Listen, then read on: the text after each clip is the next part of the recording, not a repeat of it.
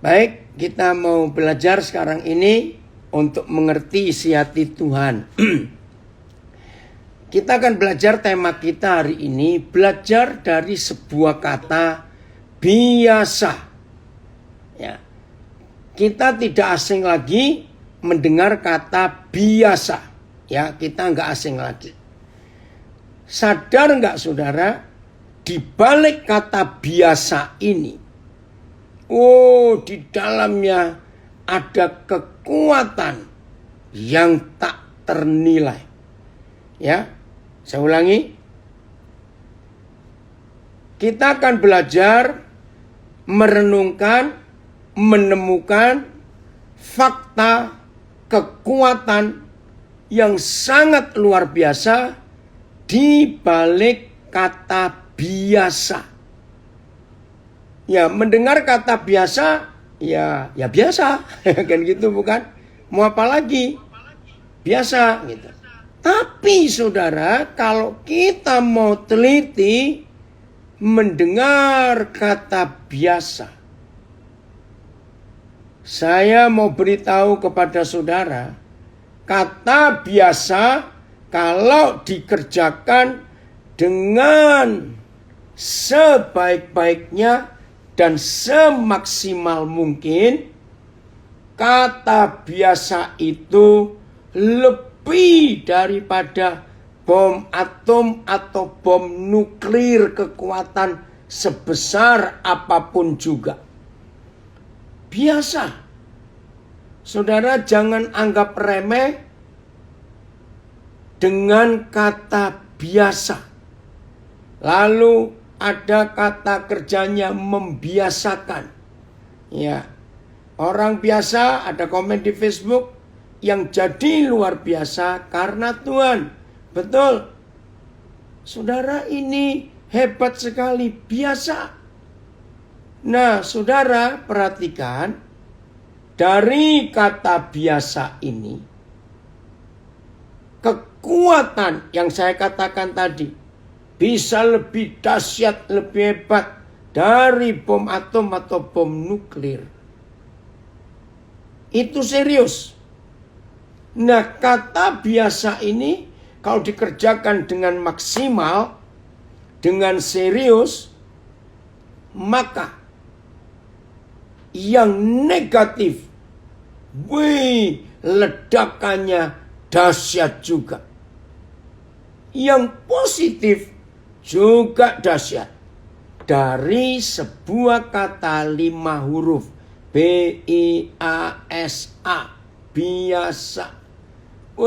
Itu luar biasa kalau itu terjadi. Saudara, jadi kata biasa, mari kita perhatikan untuk kita arahkan ke arah yang mana dalam hidup kita. Maaf, siapapun kita, ya maaf, siapapun kita di hari ini, ya saya ingin kalimat ini semua kita perhatikan. Ya, siapapun kita di hari ini, siapapun ya, yang berhasil, yang gagal, yang sehat, yang sakit-sakitan, maaf, siapapun kita di hari ini. Bahkan kalau ada di antara kita sempat belajar ini, lalu menemukan hidupku kok tidak menghasilkan apa-apa ya. Ya, kalau ada yang berkata, hidupku kok tidak menghasilkan apa-apa ya. Semua yang kita sedang alami, nikmati hari ini, yang enak maupun yang tidak enak, yang baik maupun yang tidak baik, semua kita yang ada di sini belajar firman Tuhan ini, itu hasil dari kebiasaan kita di waktu-waktu yang lalu. Perhatikan, ayo yang di Facebook, serius belajar ya. Ayo, ini penting. Saya ulangi lagi, siapapun kita di hari ini, Saya ulangi, siapapun kita di hari ini, gagal, berhasil, baik, buruk, sehat, sakit, dan semuanya, itu adalah hasil dari kebiasaan kita di waktu-waktu yang lalu. Saya harap semua orang menyadari dan mempercayai inilah fakta dari kata biasa. Saudara, siapapun kita di hari ini, saya ulangi, siapapun kita di hari ini adalah hasil dari kebiasaan yang kita kerjakan di hari-hari yang kemarin, yang di belakang kita. Itu fakta. Ada orang berkata begini, aku sulit loh mengampuni. Sering toh kita dengar, aku sulit mengampuni. Saya katakan, karena saudara tidak biasa mengampuni, maka itu sulit mengampuni. Aku kok sulit ya taatnya? Jawabannya, karena orang itu tidak terbiasa untuk taat. Apa saja. Satu kali saudara melihat ada orang mengerjakan sesuatu. Wih, kalau ukuran kita, aduh aku gak sanggup. Hebat sekali. Orangnya kecil badannya. Wih, bisa ngangkat yang gede. Dan buat waktu kita lihat enteng sekali. Dia ngerjakan itu. Maka jawabannya, dia kok bisa? Aku kok tidak bisa? Jawabannya karena dia biasa. Ada toh orang-orang ahli. Maaf, ini kata jelek. Tapi kata pertamanya positif. Ada nggak kita menemukan orang-orang yang ahli, expert, ya, ahli, skillful, orang yang hebat, maaf. Tapi di bidang kejahatan, maaf. Ada toh? Nah, jawabannya kok bisa? Pertanyaannya kok bisa? Dia ahli di bidang kejahatan. Jawabannya, ya karena dia sudah biasa. Kejahatan itu dianggap hal yang biasa. Dan dia lakukan itu. Ada komen di Facebook. Wah, banyak ya arti kata biasa. Coba ini saya bacakan. Biasa, membiasakan, kebiasaan, dibiasakan, terbiasa, luar biasa, tidak biasa. Betul. Terima kasih, bagus yang memberikan komen di Facebook. Nah, termasuk kalau ada orang yang gagal sekarang, maaf. Jawabannya ketemu.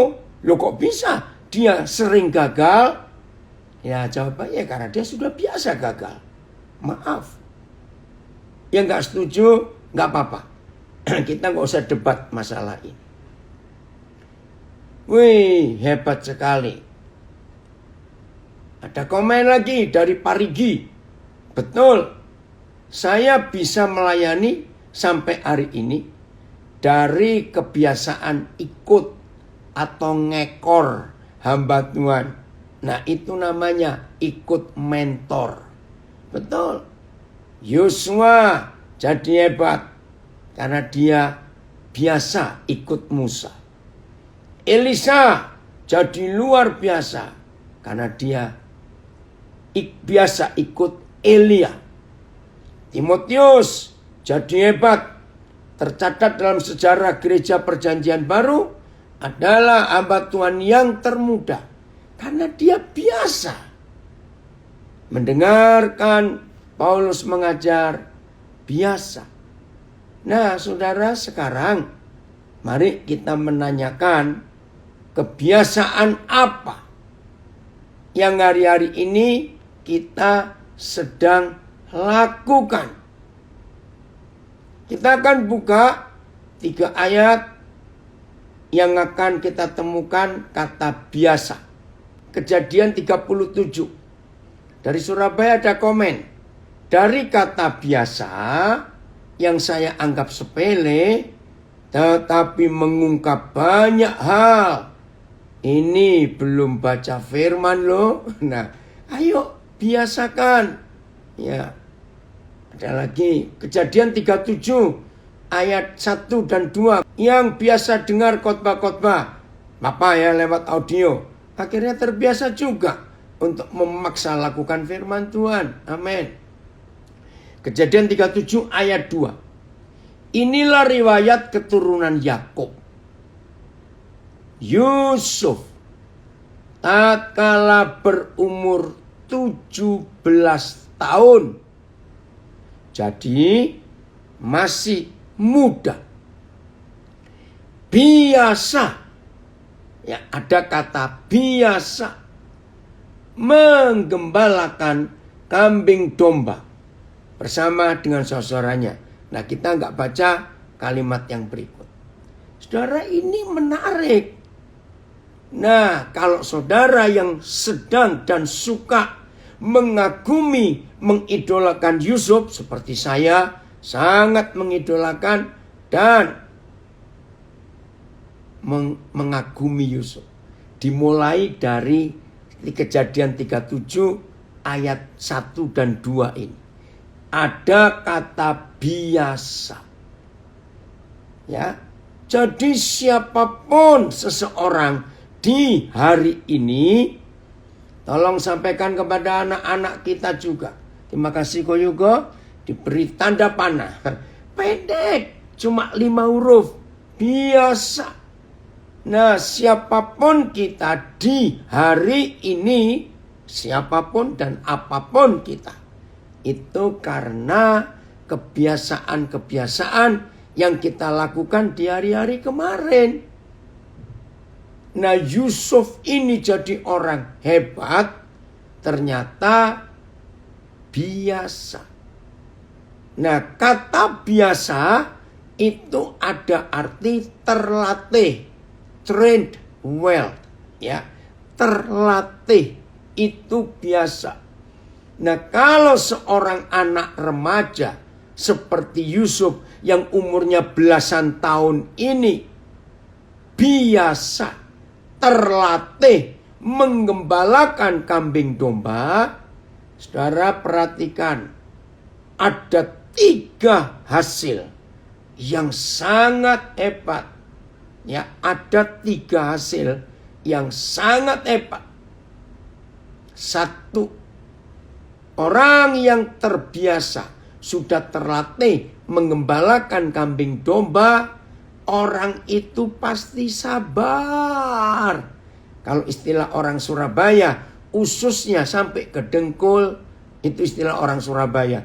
Saya nggak tahu itu.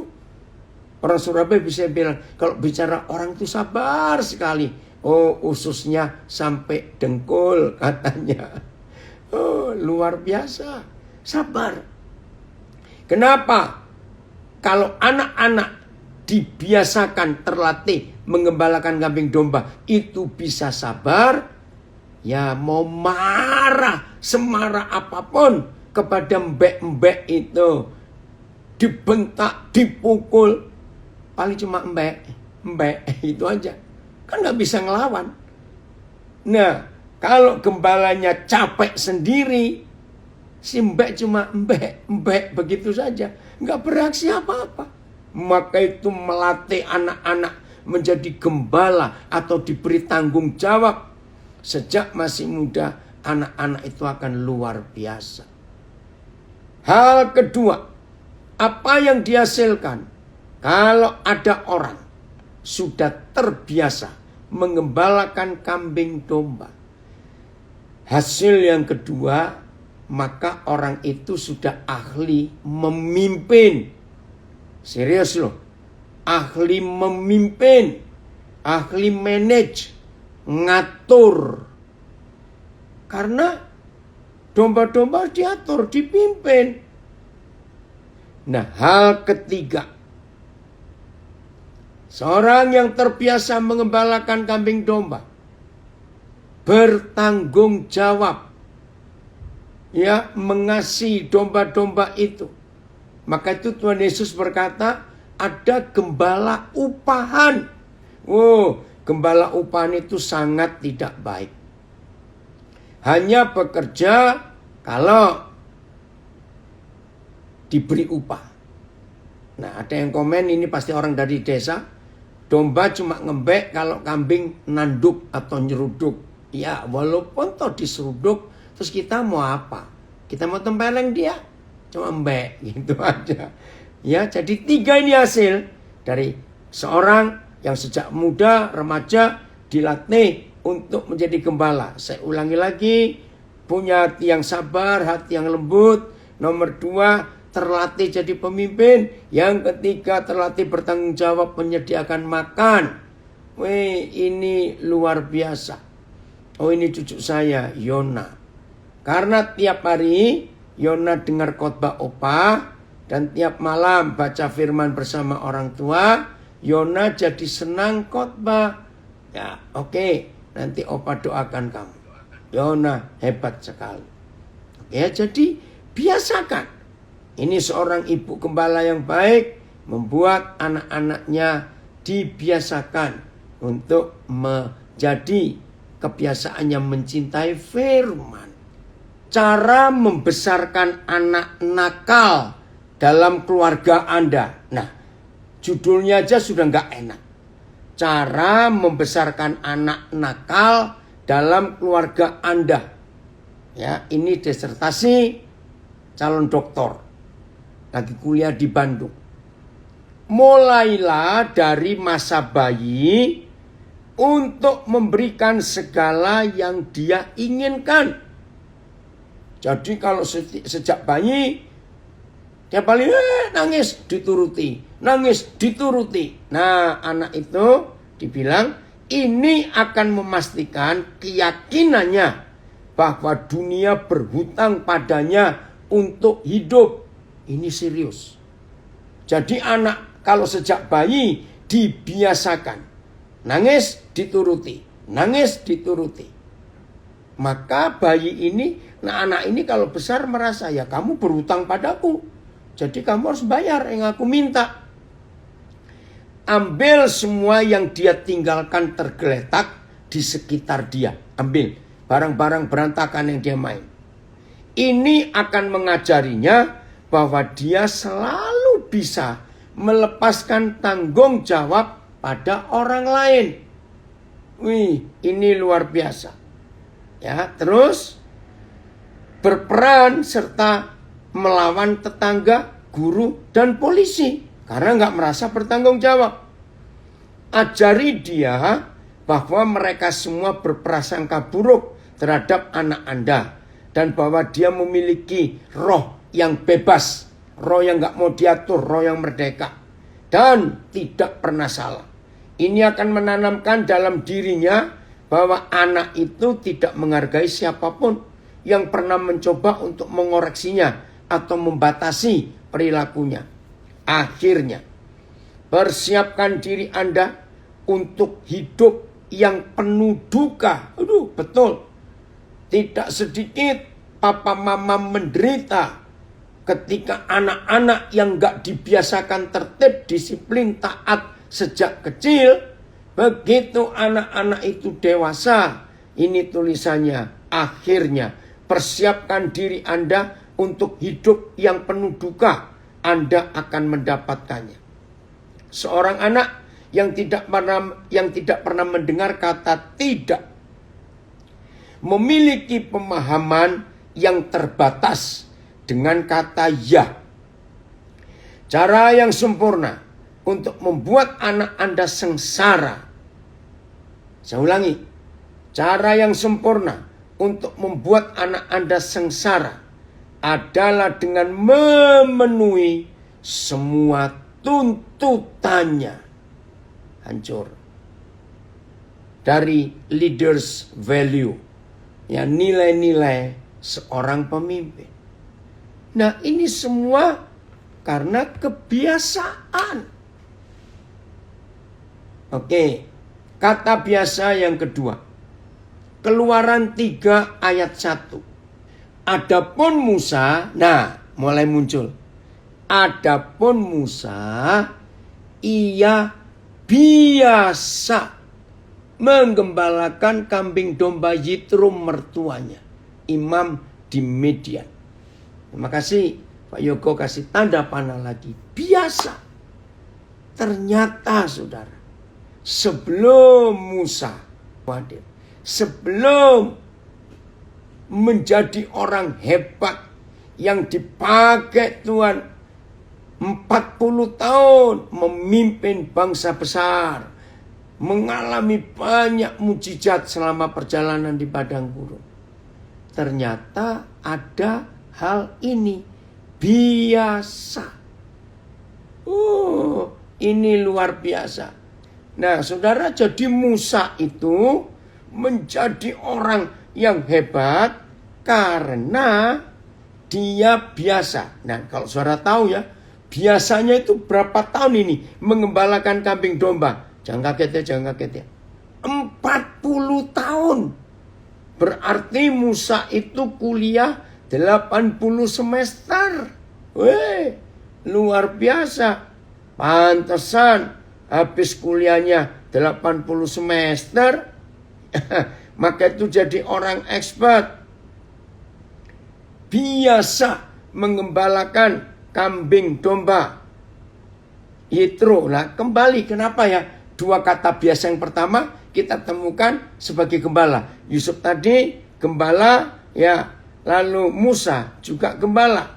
Dan 40 tahun itu luar biasa. 80 semester. Wih, gak main-main itu. Kalau sampai seperti itu.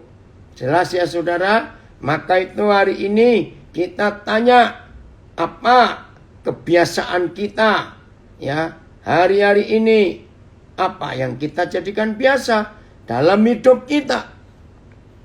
Oke? Nah, kalau saudara dan saya tahu kebiasaan apa yang benar dan yang baik, percayalah kita akan memiliki masa depan yang luar biasa. Oh, dari Brisbane kirim sebuah quotation, sebuah tulisan dari Duran ya. We are what we repeatedly do. Ya, thank you Claudia. Ini dari Brisbane. Kita ini adalah hasil dari sesuatu yang kita kerjakan berulang-ulang. Thank you Claudia. Excellence then is not an act but a habit. Oh, thank you so much. Ini kalimat bagus. Saya ulangi. Kesuksesan, kesempurnaan.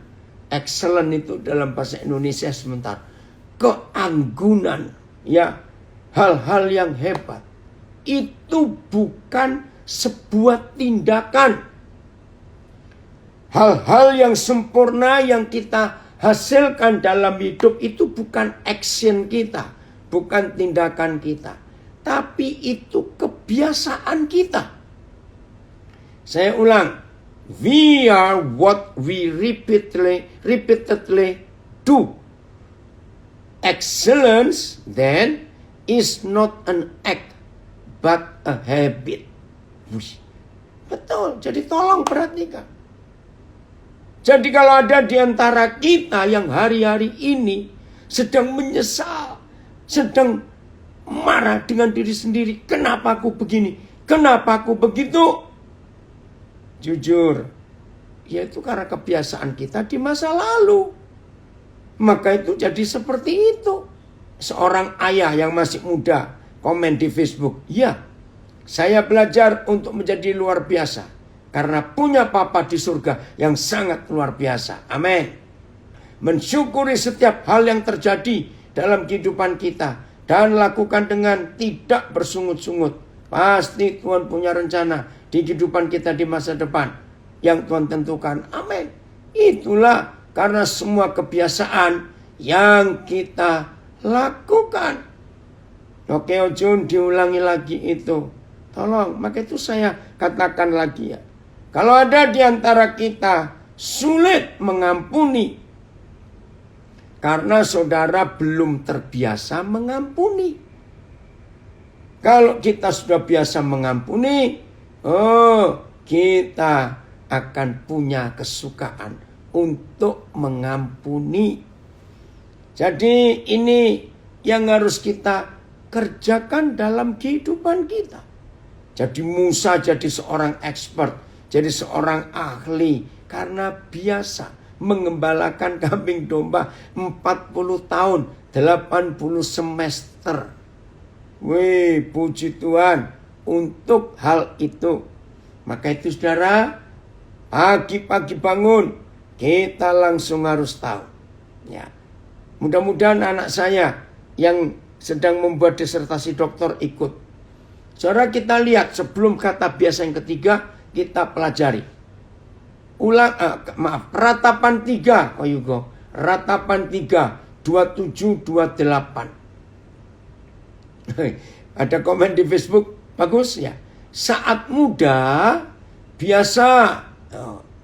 Terima kasih Novita. Ya, saya baca ini. Saat muda, biasa makan segalanya. Jadi jangan kaget kalau sudah tua kolesterol tinggi dan asam urat. Betul. Oke ya. Ini ratapan 3. Baik, ada berapa terjemahan?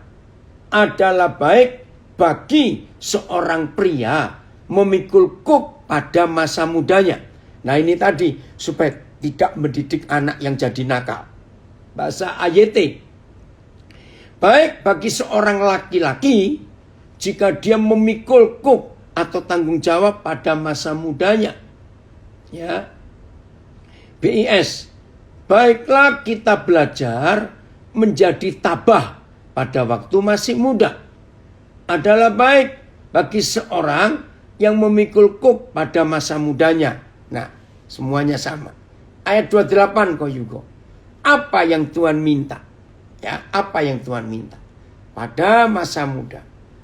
Biarlah ia duduk sendirian dan berdiam diri kalau Yahweh membebankannya. Oh, ini bagus, saya baca AYT. Biarlah dia duduk sendirian dan berdiam diri karena dia telah memasangkan ke atasnya tanggung jawab itu. Pada waktu Yahweh memberi penderitaan, BS, hendaklah kita duduk sendirian dengan diam. Oh, bagus, puji Tuhan. Dia duduk seorang diri dan diam karena dia meletakkan kuk di atasnya. Baik. Nah, saudara tolong pegang 2 ayat ini. Aduh, saya ini tiap kali mau membicarakan. Edi, terima kasih nak. Ya.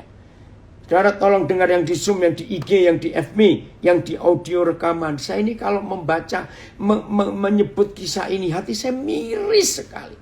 Aduh. Berapa waktu yang lalu, saya lupa berapa tahun. Di salah satu state di Amerika, dilaksanakan hukuman mati untuk seorang anak yang masih muda. Umurnya baru awal 30-an. Saudara, itu masuk TV. Ya, itu, terima kasih Pak Nur, ini Nur Ginting. Ya, saudara, aduh, dengar baik-baik. Nah, biasa di negara manapun juga, kalau ada orang mau dihukum mati, tapi pasti diberi kesempatan pesan apa yang terakhir. Oke, ini ada bahasa Jawa, kidung pangaduh. Becik menawa wong lanang, mikul pasangan nalika nome. Baik bagi seorang laki waktu mikul tanggung jawab sejak muda. Nah, anak muda ini ketika mau disetrum, ya kursi listrik Amerika begitu, dia dipesan oleh pihak pengadilan, kamu mau ngomong apa? Saudara, itu saya nangis, saya nggak tahu, perasaan saya jadi kacau. Dia ngomong begini, Ma, dia panggil mamanya, Ma, seharusnya kamu yang ada di kursi ini, bukan aku. Bayangkan, Saya waktu itu nonton di TV. Karena waktu aku masih kecil, aku nakal, aku mecahin barang di rumah, aku buat berantakan barang-barang di rumah. Mama diam saja. Waktu aku baru masuk sekolah, aku mencuri sepeda milik temanku, anak tetangga sebelah rumah. Mama diam saja. Waktu aku buat ini, waktu masih kecil, buat itu, mama diam saja. Aku kan gak tahu kalau itu tidak boleh. Saudara bisa bayangkan? Maka itu mas seharusnya duduk di kursi listrik ini adalah kamu, bukan aku. Maka itu apa yang jadi kebiasaan kita dalam hidup? Belajarlah untuk hidup betul-betul menggenapi firman Tuhan. Untuk apa saja. Puji Tuhan, buat kita yang sedang gagal dan pernah gagal. Ya, buat kita yang sedang gagal dan pernah gagal. Ayo kita bangkit dan jangan menyesali. Terus kita stop, nggak mau maju. Jangan. Ayo bangkit. Jelas ya, jadi bagaimana kita membiasakan diri kita untuk melakukan apa saja. Maka itu kalau peraturan-peraturan dibuat, hukum-hukum dibuat, tujuannya baik untuk membiasakan kita. Ya saya ulangi, untuk membiasakan kita bisa melakukan yang terbaik. Ini kerinduan Tuhan atas kita. Lagi, Yos, terima kasih dari Nabire. Jadi menjadi tanggung jawab generasi terdahulu untuk generasi yang mendatang. Bukan, itu sudah lewat. Yang betul begini, generasi yang akan datang itu tanggung jawab kita di generasi sekarang. Melatih mereka untuk hidup di dalam kebiasaan yang benar, yang takut akan Tuhan. Saya tambahkan 2 ayat lagi untuk kita betul-betul berani mengambil tanggung jawab untuk membiasakan diri kita. Waktu kecil nakal kita tidak dipukul pakai rotan untuk mendidik. Maka bila sudah dewasa kita yang akan dipukul. Betul. Jadi kalau kita orang tua, waktu anak kita masih kecil tidak kita pukul pakai rotan mendidik. Maka kalau kita sudah tua dan anak itu dewasa, maka mereka yang balik pukul kita. Betul. Ada komen lagi, di ujung cemeti ada emas. Di ujung cambuk ada pengajaran. Barang siapa aku kasih, ia ku tegur dan ku ajar. Terima kasih untuk tambahan ini. Haleluya. Betul. Hari Nusa Ronald. Amin. Pasti seperti Papa Gong yang hebat ini. Terima kasih. Ya. Tuhan baik saudara. Maka itu, oh Tuhan tolong kami. Supaya kita semuanya terus terlatih dengan baik. Hidup Musa. Ya, kita akan lihat 2 model hidup ini. Ya. Pertama hidup Musa, kedua hidup Yusuf. Mari kita lihat Keluaran. Ya, kitab Keluaran. Pasal yang Pasal yang ketiga. Pasal yang ketiga. Bagaimana Musa hidup dengan Tuhan. Ayat 15. Keluaran 3 ayat 15. Saya mau ambil satu kata saja. Kata selanjutnya. Cuma satu kata pendek. Selanjutnya. Keluaran 3 ayat 15. Saudara ngerti gak kata selanjutnya?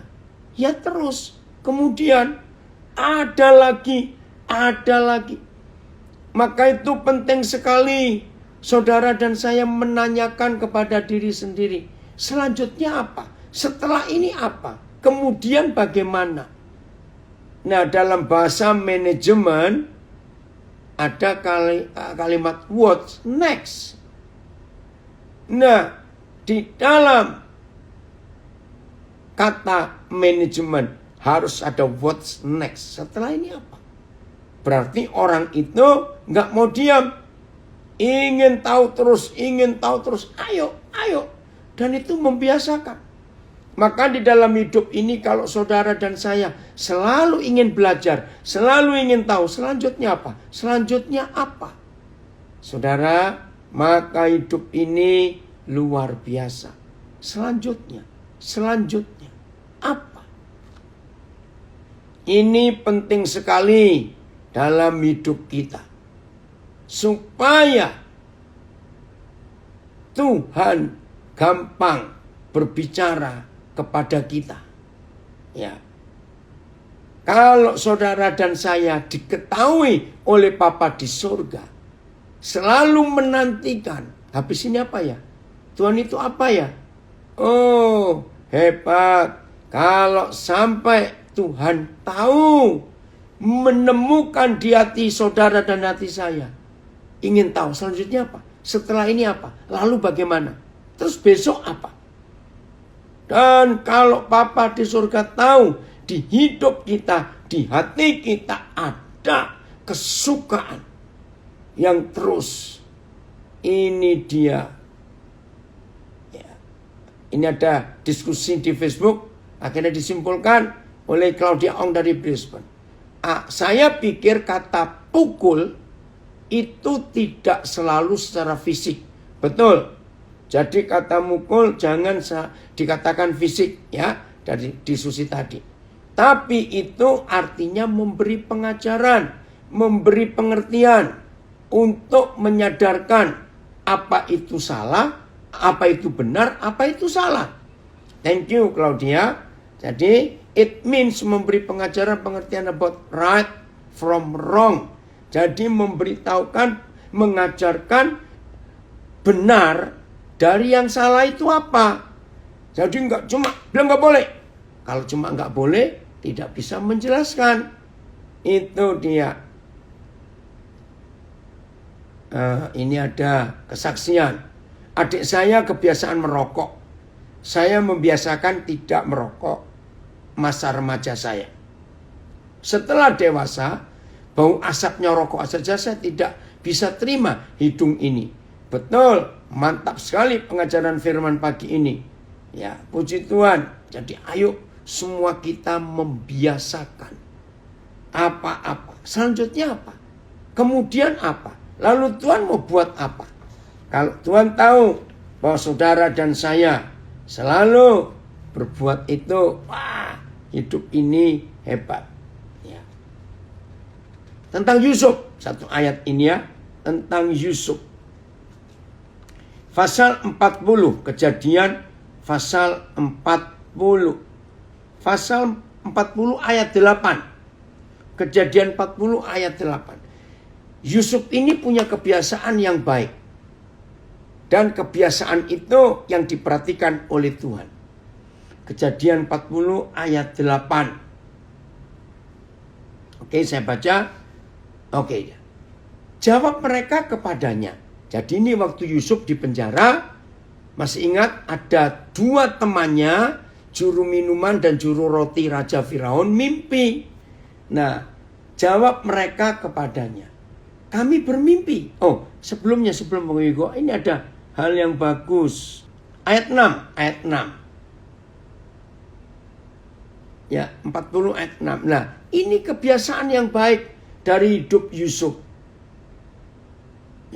Ketika pada waktu pagi Yusuf datang kepada mereka, segera dilihatnya bahwa mereka bersusah hati. Saudara, saya membiasakan sikap Yusuf ini saya ambil di hidup saya. Bagaimana?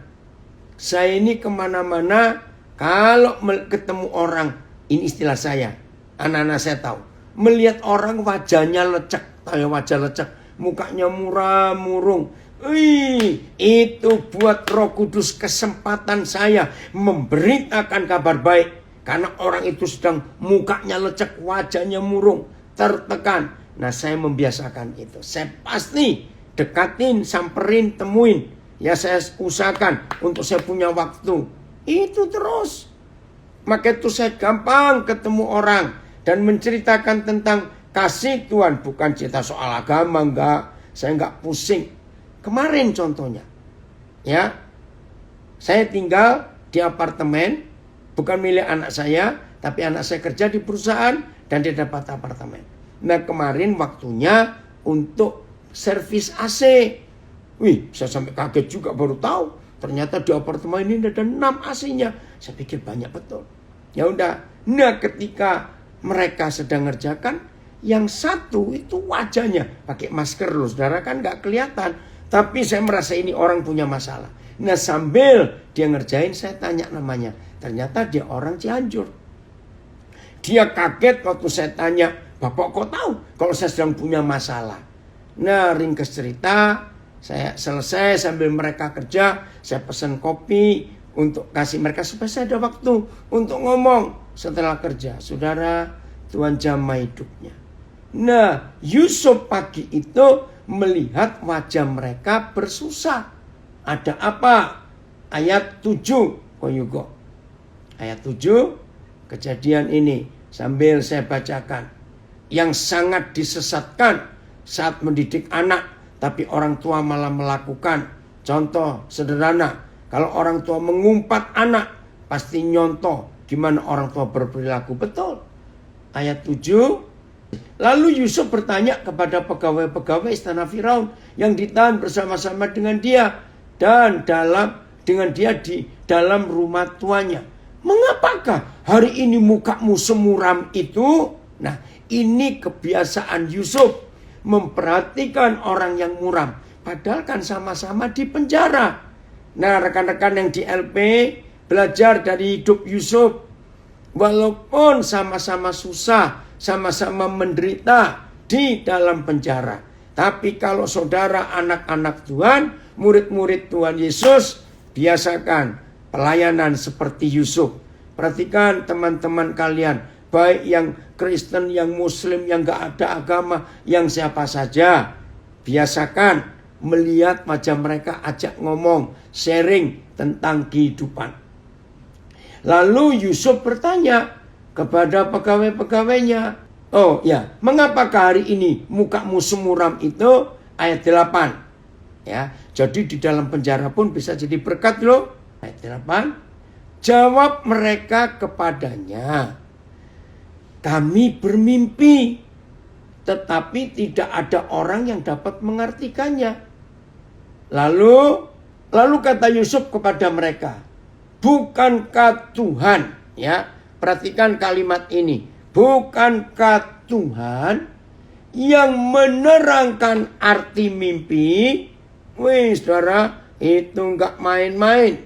Yusuf berani jadi berkat di penjara. Bukankah Tuhan yang menerangkan arti mimpi? Ceritakanlah kiranya mimpi itu kepadaku. Saudara, coba. Kapan ya Yusuf berani mengatakan kebiasaan ini loh. Ceritakan kepadaku arti mimpi itu. Tapi Tuhan nanti yang akan mengartikan. Nah, saya menemukan dalam sikap Yusuf ini ternyata memang dia sudah biasa. Walaupun gak tertulis untuk menceritakan mendapat pengertian arti mimpi itu. Saya harap saudara mengerti maksud saya. Maka itu kali itu melihat dua rekannya senasib di penjara, mukanya muram, maka dia ngomong, ceritakan. Nanti Tuhan akan memberikan arti mimpi itu. Nah, ini kan nekat. Yusuf bukan dukun, Yusuf bukan peramal. Tapi dari kisah ini saya belajar, ternyata Yusuf sudah punya kebiasaan hidup dengan Tuhan, begitu dekat dengan Tuhan. Maka itu dia gak takut menawarkan diri ceritakan mimpimu kepadaku. Hebatnya, inilah yang Tuhan buat atas hidup Yusuf. Maka Tuhan memakai Yusuf untuk menjadi berkat buat dua temannya itu. Keren ya saudara, kalau kita mau hidup seperti itu. Jadi mulai hari ini kita jangan takut untuk menjadi berkat dalam keadaan apapun juga. Ayat 9. Oh, kemudian juru minuman itu menceritakan mimpinya kepada Yusuf. Katanya, oke, kita nggak usah baca lagi. Nah, hari-hari ini, makasih Koyuko. Nah, hari-hari ini, kebiasaan apa yang sering muncul di hidup kita? Nah, yang jelek kita buang. Ya, yang bagus, yang memuliakan Tuhan, kita teruskan. Supaya Tuhan dipermuliakan lewat kehidupan kita. Kebiasaannya, kata biasa yang ketiga. Lukas 15 ayat 1. Lukas 15 ayat 1. Ini yang terakhir. Coba perhatikan. Para pemungut cukai, ya, dan orang-orang berdosa. Ada kata apa di situ? Jelas ya? Biasanya datang kepada Yesus. Oke, kita perhatikan dulu kata biasanya. Karena ini menarik sekali. Tuhan terima kasih untuk kebenaran yang Tuhan berikan kepada kita. Itu sungguh-sungguh sangat luar biasa untuk hidup kita ini. Oke ya. Nah, biasanya apa? Biasanya datang kepada Yesus untuk mendengarkan Dia. Nah, kata biasa di sini untuk dua partai. Satu untuk Tuhan Yesus. Biasa Dia menerima orang-orang itu. Tapi kata biasa yang kedua untuk para pemungut cukai dan orang biasa, orang berdosa, biasa suka ketemu Tuhan Yesus. Wah, ini kata biasa yang dampaknya luar biasa. Dampaknya apa? Dampak untuk hidup mereka diubahkan. Coba kita ingat. Masa itu ya, orang Farisi, orang imam-imam, ya, mereka akan menolak orang-orang berdosa dan pemungut cukai untuk ikut ibadah. Mereka akan ditolak. Tapi yang luar biasa, mereka itu tidak takut untuk datang ketemu Tuhan Yesus. Mereka tidak takut. Ini yang harus jadi perhatian kita.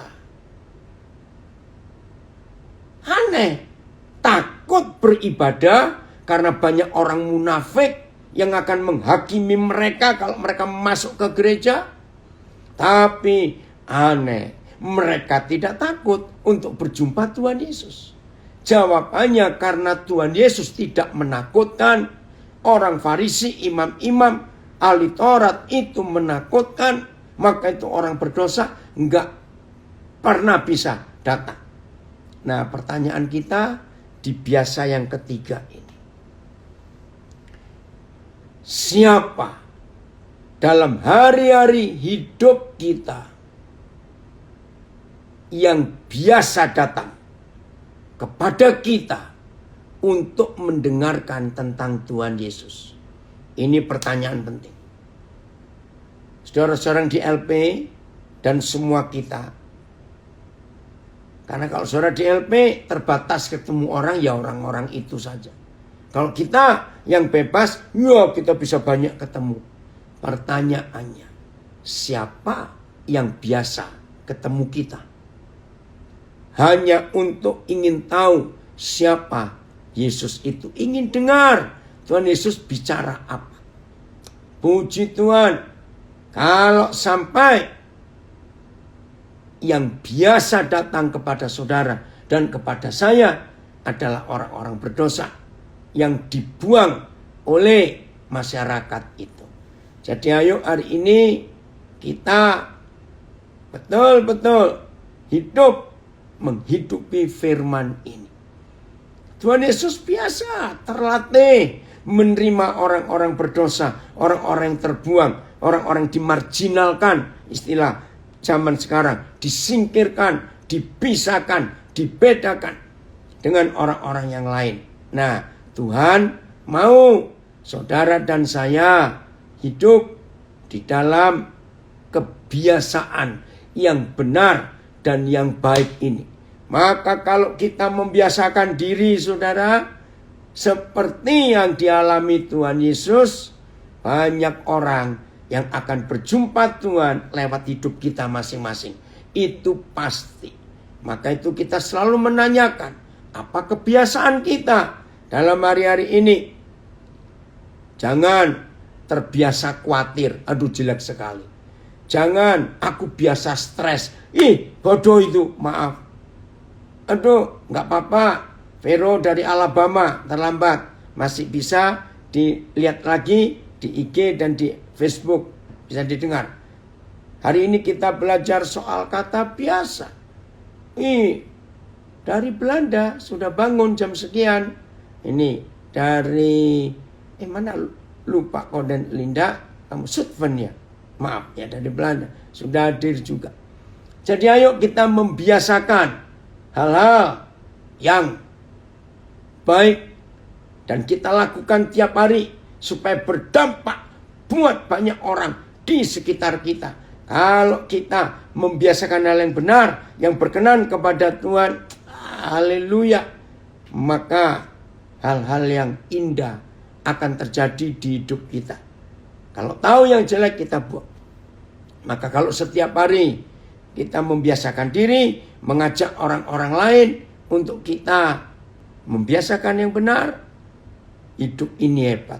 Ayat terakhir, Matius 26 ayat 14. Matius 26 ayat 14. Perhatikan kata pertama, ya. Kemudian, nah kemudian ini penting. Kenapa? Lihat. Pergilah seorang dari ke-12 murid itu yang bernama Yudas pergi kepada imam-imam kepala. Kemudian. Kata kemudian adalah sebuah kesimpulan dari satu kebiasaan. Saya ulangi. Oh, terima kasih sahabat Tanma, ya. Kata kemudian, ya. Saya ulangi lagi. Kata kemudian itu adalah hasil dari sebuah kebiasaan. Karena kata kemudian itu kesimpulannya. Betul tidak, saudara? Maka itu kita harus hati-hati dalam hidup ini. Kemudian terjadi apa di hidup kita? Ya. Kalau kemudiannya itu hal yang baik, ya puji Tuhan.